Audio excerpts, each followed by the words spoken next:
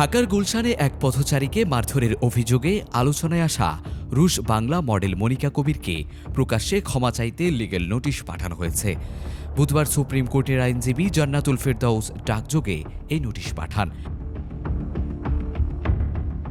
নোটিশে মনিকা কবিরকে অবিলম্বে এ ধরনের অশালীন ও বিতর্কিত কন্টেন্ট তৈরি থেকে বিতরিত থাকার আহ্বান জানানো হয়েছে। পাশাপাশি সামাজিক যোগাযোগ মাধ্যম ফেসবুকে ছড়িয়ে পড়া সংশ্লিষ্ট ভিডিও ও কন্টেন্ট সরিয়ে নেওয়ার নির্দেশনা দেওয়া হয়েছে।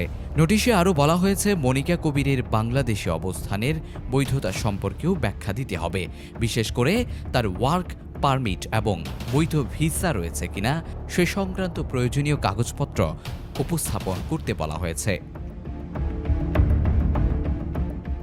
এতে উল্লেখ করা হয়, 7 দিনের মধ্যে এ বিষয়ে যথাযথ ব্যবস্থা গ্রহণ না করলে তার বিরুদ্ধে ঢাকা মেট্রোপলিটন অধ্যাদেশ, সাইবার সুরক্ষা অধ্যাদেশ এবং বাংলাদেশ দণ্ডবিধি এর সংশ্লিষ্ট ধারায় আইনি ব্যবস্থা নেওয়া হবে।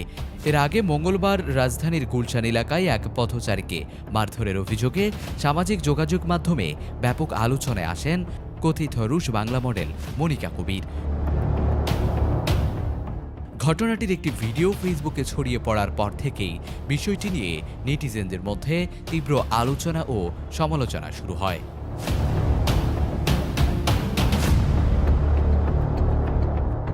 Desk report, news Times. News Times, সত্যের প্রত্যয়ে আমরা।